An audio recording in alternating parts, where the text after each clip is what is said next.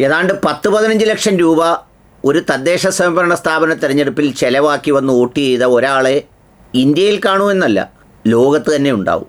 അത് വേറെ ആരുമല്ല, അക്കാര്യത്തിലൊക്കെ ഗൃഹാതുരത്വമുള്ള, അത്തരം കാര്യങ്ങളിൽ നിലപാടുള്ള, അതിൻ്റെ ലാഭനഷ്ട കണക്കുകൾക്കപ്പുറത്ത് ചെയ്യേണ്ട കാര്യം ചെയ്യണമെന്ന് നിർബന്ധ ബുദ്ധിയുള്ള ഒരാൾ. അത് നമ്മുടെ MA യൂസുഫ് അലിയാണ്, യൂസുഫ് അലിക്ക. അദ്ദേഹം ബാങ്കോക്കിൽ നിന്ന് വ്യവസായ പ്രമുഖരുമായുള്ള ചർച്ചയ്ക്കിടയിൽ തൻ്റെ സ്വകാര്യ ജെറ്റിൽ ഇങ്ങ് നാട്ടികയിൽ വന്ന് വോട്ട് ചെയ്തു എന്നതാണ് അതിൻ്റെ ഒരു പ്രത്യേകത. എന്തായാലും ഇതിനെക്കുറിച്ച് ജയശങ്കർ ഒരു വീഡിയോ ചെയ്യുമായിരിക്കും. കാരണം ആ വരവിൻ്റെ ചെലവും അത്തരം കാര്യങ്ങളുമൊക്കെ ഉൾപ്പെടുത്തി മുതലാളിയുടെ ഒരു ജനാധിപത്യ ബോധത്തിൻ്റെ പ്രത്യേകതകളൊക്കെ സവിസ്തരം പറയേണ്ടതാണ്. പക്ഷേ ആളുകളിങ്ങനെ പറഞ്ഞുകൊണ്ടിരിക്കുമ്പോഴും അവരുടെ പറ മാത്രമേ നടക്കുന്നുള്ളൂ. ആ മനുഷ്യൻ അയാളുടെ ബോധ്യങ്ങൾക്കനുസരിച്ച്, ഇഷ്ടങ്ങൾക്കനുസരിച്ച് ജീവിക്കുകയാണ് എന്നതാണ് ഒരു സത്യം.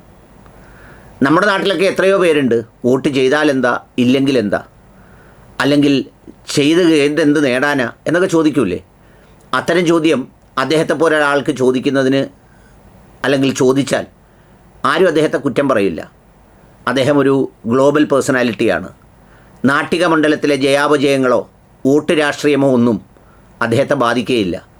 യൂസുഫ് അലി വോട്ട് ചെയ്യാൻ വന്നില്ലെന്ന് ആരും പരാതി പറയത്തുമില്ല.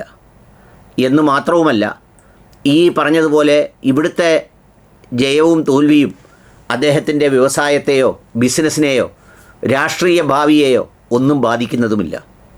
എന്നാൽ അദ്ദേഹം വോട്ട് ചെയ്യാനെത്തി എന്നതാണ് അതിൻ്റെ ഒരു പ്രത്യേകത. കാരണം പൗരാവകാശം അതിനേക്കാളൊക്കെ അമൂല്യമാണ്. അതൊരു മനുഷ്യൻ്റെ ഇച്ഛാശക്തി, നിശ്ചയദാർഢ്യം, അവനൊരു രാജ്യവും സമൂഹവും നൽകുന്ന പൗരമുദ്രയുടെ പ്രയോഗമാണ്. അതൊരാൾക്ക് എന്തായാലും ചെയ്യാൻ കഴിഞ്ഞിട്ടുണ്ടാവുള്ളൂ. ആ ഒരാളിൻ്റെ വോട്ടിൻ്റെ വില ഉദ്ദേശം 10 ലക്ഷത്തിൽ കൂടുതലാവുമായിരിക്കും. ഞാനതിൻ്റെ കണക്ക് പറയാൻ കാര്യം വേറൊന്നും കൊണ്ടല്ല. ഈ ഒരു സ്വകാര്യ ജെറ്റിൽ ട്രാവൽ ചെയ്യുന്നതിൻ്റെ സംഗതി എയോട് ചോദിച്ചപ്പോഴാണ് അതൊരു 15 മുതൽ 30 വരെ ആകും എന്ന് പറഞ്ഞത്. ജെറ്റ് വാടകയ്ക്ക് എടുത്ത് വരുന്ന വിലയൊക്കെ അത് കണക്ക് കൂട്ടിയിട്ടുണ്ടാവും. എന്നാലും അതിനോടടുത്ത ചിലവ് അദ്ദേഹത്തിനായിട്ടുണ്ടാവും. വന്നു എന്ന് മാത്രമല്ല, അദ്ദേഹത്തെ സംബന്ധിച്ചിടത്തോളം എപ്പോഴും നമ്മളെ അത്ഭുതപ്പെടുത്തുന്നൊരു കാര്യം, ഞാൻ നേരിട്ട് കണ്ടപ്പോഴും സംസാരിച്ചപ്പോഴും ഒക്കെ എനിക്ക് തോന്നിയത്, അങ്ങ് ദന്തഗോപുരവാസിയാണോ എന്ന് ചിന്തിക്കുന്നവർക്ക് പല നിമിഷങ്ങളിലും അങ്ങനെയല്ല. അദ്ദേഹം തൊട്ടടുത്തുള്ള ഒരാൾ തന്നെയാണ്. ഗ്രാമങ്ങളെ, പ്രയാസങ്ങളെ, വേദനകളെ, മനുഷ്യഹൃദയങ്ങളെ ഒക്കെ തിരിച്ചറിയുന്ന ഒരാൾ.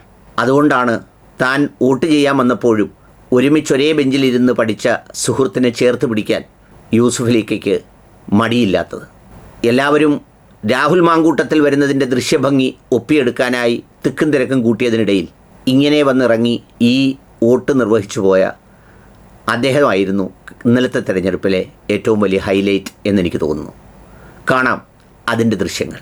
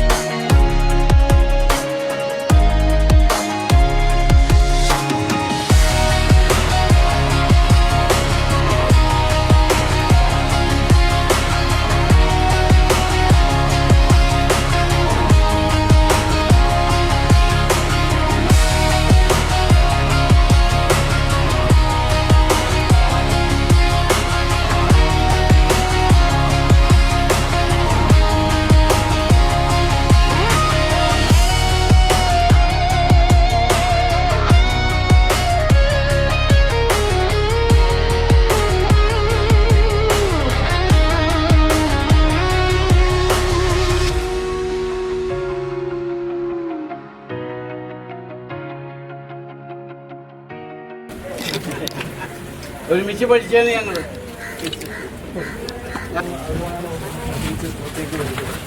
എന്തെന്താ വിശേഷം? സുഖം തന്നെയല്ലേ? ഇപ്പൊ ശരീരത്തിന് ക്ഷീണമൊന്നുമില്ല.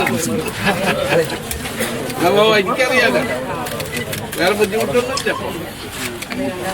ഇപ്പൊ എല്ലാം ദൈവത്തിന്റെ കയ്യിൽ നമ്മൾ സമർപ്പിക്കും.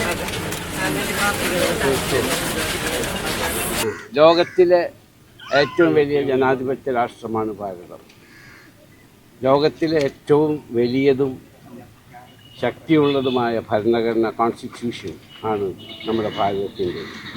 നമ്മൾക്ക് ആ കോൺസ്റ്റിറ്റ്യൂഷനോട്, ഭരണഘടനയോടൊരു ബാധ്യതയുണ്ട്, രാജ്യത്തോടൊരു ബാധ്യതയുണ്ട്. ഒരു പഞ്ചായത്ത് മെമ്പർ മുതൽ പ്രധാനമന്ത്രി വരെയും ഈ രാജ്യത്ത് തിരഞ്ഞെടുക്കപ്പെട്ടവരാണ്. അപ്പോൾ തിരഞ്ഞെടുക്കപ്പെട്ട പ്രതിനിധികൾക്ക് ഒരു പ്രത്യേകമായ പ്രോട്ടോക്കോളുണ്ട്. ഒരു കച്ചവടക്കാരനും ഒരു വാർഡ് മെമ്പറും കൂടി നിന്നാൽ ആ വാർഡ് മെമ്പറാണ് എപ്പോഴും, കാരണം ജനങ്ങളുടെ പ്രതിനിധിയാണ്. ഞാൻ പഠിച്ച സ്കൂളാണ് 1 മുതൽ 4 വരെയും പഠിച്ച Nattika lower primary, Mappila lower primary സ്കൂളാണ്. ഇവിടെയാണ് ഞാൻ പഠിച്ചത്. അപ്പം പ്രത്യേകിച്ച് ഞാൻ പഠിച്ച് വളർന്ന സ്കൂളിൽ വോട്ട് ചെയ്യാൻ വരുന്നത് എന്നുള്ളതിൽ എനിക്ക് പ്രത്യേക സന്തോഷം.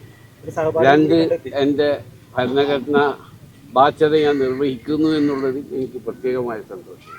ജന്മനാട്ടിലേക്ക് എത്തുന്നതിന്റെ ഒരു സെന്റൻസ്. എൻ്റെ സഹപാഠി ഷൺമുഖൻ എവിടെ?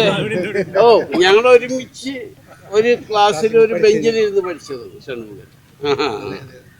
ബൂത്ത് ഏജന്റാണ്,